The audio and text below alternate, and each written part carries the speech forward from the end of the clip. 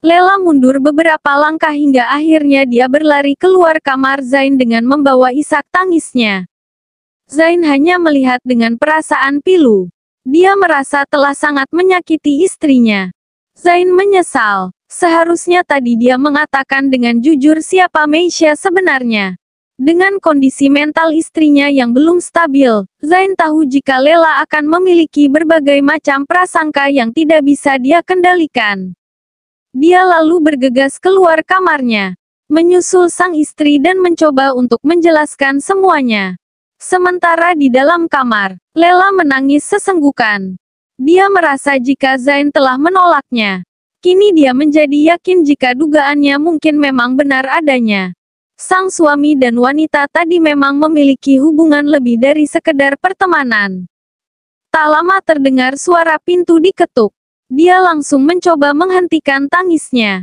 "Aku ingin bicara denganmu." Lela tak segera menjawab, dia terdiam. "Sepertinya kamu sudah salah paham," ucap Zain lagi. Lela memilih untuk tetap diam. "Aku dan dia, maksudku Meisha. Kami hanya berteman saja." Zain memilih untuk tetap menjelaskan walaupun istrinya tak kunjung membuka pintu kamarnya. "Tidak ada apapun di antara kami." Zain tetap berdiri di depan pintu kamar istrinya. Cukup lama namun Lela tak juga memberikan reaksi. Sementara itu, sepulang pesta Meisha mampir ke rumah bibinya. Dia tersenyum melihat sebuah berkas atas nama Lela di depannya. Dia lalu membukanya untuk melihat perkembangan hasil terapi Lela selama ini yang rupanya menunjukkan kemajuan yang pesat. Dia tersenyum sinis. Dari wajahnya tampak jelas jika dia sangat kecewa mengetahui jika sebentar lagi mungkin Lela akan terbebas dari traumanya. "Istri temanmu menunjukkan kemajuan yang bagus, tante yakin jika sebentar lagi dia akan sembuh." Seorang wanita parubaya yang ternyata adalah terapis Lela selama ini duduk menghampiri keponakannya. "Iya tante, aku senang mendengarnya. Tidak salah jika aku merekomendasikan temanku untuk membawa istrinya terapi pada tante." Meisha langsung berusaha merubah mimik wajahnya menjadi senang. Terapis yang ternyata bernama dia itu tersenyum. "Kamu tahu tante merasa sangat kasihan pada wanita itu. Di usianya yang masih terbilang muda, dia sudah harus mengalami penyiksaan yang begitu keji dari suaminya. Bayangkan olehmu, hampir setiap hari, dia dipukuli dan disiksa dengan atau tanpa melakukan kesalahan. Bagi suaminya, istrinya adalah samsak tinju yang harus mendapatkan pukulannya setiap hari. Dan dia diam saja?" tanya Meisha tak percaya. "Hanya itu yang bisa dia lakukan. Melawan hanya akan membuat suaminya semakin kalap saja. Aku tak percaya jika manusia seperti itu ada di dunia." Meisha terlihat masih tak percaya. "Iya, tante sudah berkali-kali menangani kasus KDRT. Namun menurut tante ini yang paling parah. Kamu tentu tahu di dalam dunia psikologi kita menyebutnya sebagai agresi." Meisha mengangguk. Sebagai seorang psikolog dia tahu benar apa itu agresi. Agresi yang merupakan dorongan dalam diri seseorang yang memotivasi dan muncul dalam bentuk perilaku tertentu. Sayangnya, agresi memunculkan perilaku yang tujuannya merusak seperti intimidasi, ancaman, cemoohan dan hinaan. Namun menurutnya mantan suami Lela memiliki agresi yang sudah masuk dalam tahap yang ekstrim yakni dorongan untuk menyakiti orang lain dan memiliki beberapa tujuan. Seperti diantaranya mengungkapkan amarah, menunjukkan kepemilikan dan dominasi. Wajar kiranya jika istri temanmu mengalami trauma yang begitu mendalam, sehingga tidak mudah baginya untuk memulai kehidupan baru lagi bersama suaminya yang baru. Butuh waktu untuk menghilangkan rasa traumanya. Namun dia beruntung mendapatkan suami seperti temanmu itu. Tante sangat salut padanya. Rasa cintanya begitu besar untuk sang istri hingga tante yakin cinta itu juga yang membuat istrinya bisa sembuh dengan cepat. Meisha tertegun. Ternyata bukan hanya dirinya sang tante pun dapat melihat jika Zain memang sangat mencintai istrinya. Beberapa saat kemudian, sambil menyetir, Meisha termenung memikirkan Zain. Pria yang sudah lama ditaksirnya semenjak mereka kuliah itu memang tak mungkin lagi didapatnya. Dia telah menjadi suami orang lain. Kecewa sudah pasti. Harapannya untuk mendapatkan lelaki yang dicintainya seakan musnah ketika tiba-tiba saja. Di suatu hari dia mendengar selentingan kabar di kantor tempat mereka bekerja jika Zain akan menikah dengan wanita pilihannya. Dirinya yang waktu itu masih tak percaya diam-diam mencoba mencari tahu. Dia sangat ingin memastikan jika kabar itu benar adanya maka ia ingin melihat calon istri Zain. Suatu hari karena rasa keingintahuannya yang besar, dia mengikuti Zain yang terburu-buru pergi setelah pulang kerja. Dia yang yakin jika mungkin Zain akan menemui calon istrinya lalu berinisiatif mengikuti di belakang. Namun siapa sangka jika dugaannya salah. Zain rupanya pergi ke toko buku dan terlihat mencari buku dengan wajahnya yang serius. Dirinya yang diam-diam memperhatikan dibuat kaget ketika ternyata Zain membeli banyak buku tentang ilmu psikologi dan kesehatan mental. Tak bisa menahan rasa penasarannya. Akhirnya dia menghampiri Zain dan berpura-pura jika keduanya tak sengaja bertemu di sana. Aku punya lebih banyak lagi buku seperti ini di rumah.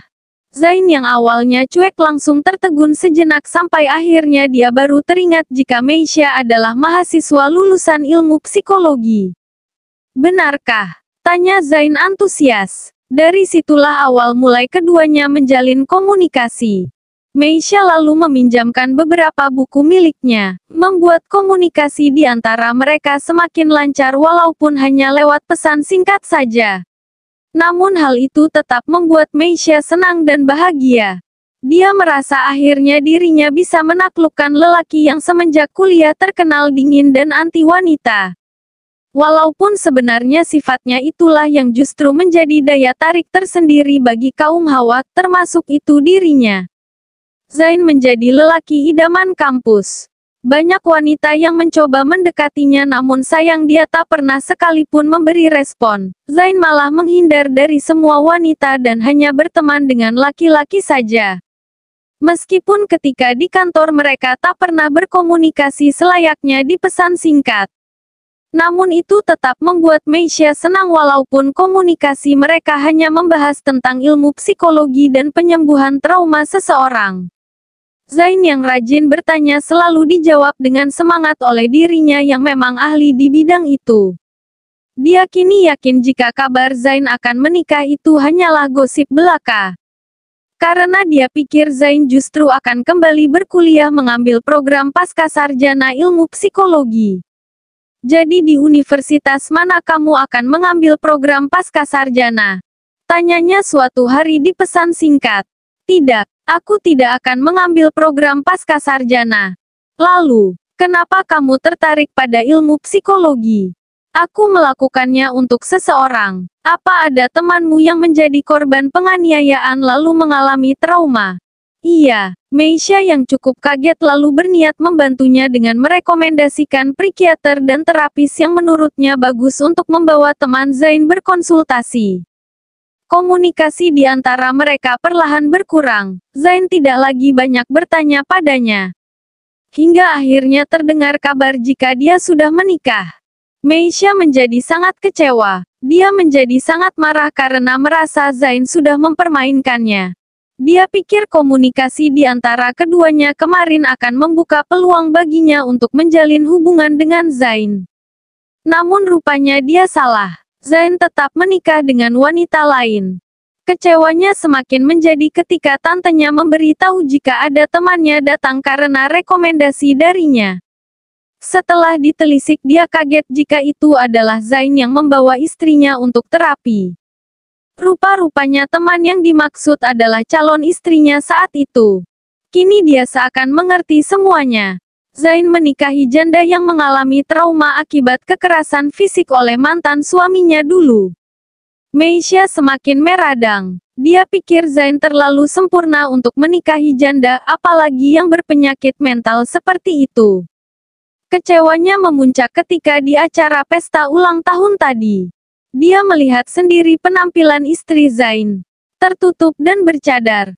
Dia merasa banyak kekurangan pada wanita itu hingga tak pantas mendapatkan Zain yang sangat dicintainya. Meisha yang kesal dan menyimpan dendam karena merasa Zain sudah memanfaatkannya saja lalu menyusun rencana untuk memporak-porandakan kembali kejiwaan Lela yang sebenarnya sudah mulai pulih. Untuk pertama kalinya dia mengajak Zain berbicara berdua dengan dalih ingin memberitahu cara efektif untuk menyembuhkan istrinya. Berharap istri Zain akan melihat dan membuatnya cemburu. Setelah itu dia akan menghampiri Lela untuk mengatakan sesuatu yang pasti akan melukai perasaan dan rasa percaya dirinya. Dan kedua rencananya berhasil. Dia tersenyum meyakini jika sekarang Lela tengah menangis. Kesehatan mentalnya yang sebenarnya sedikit lagi akan pulih kembali akan hancur berkeping-keping.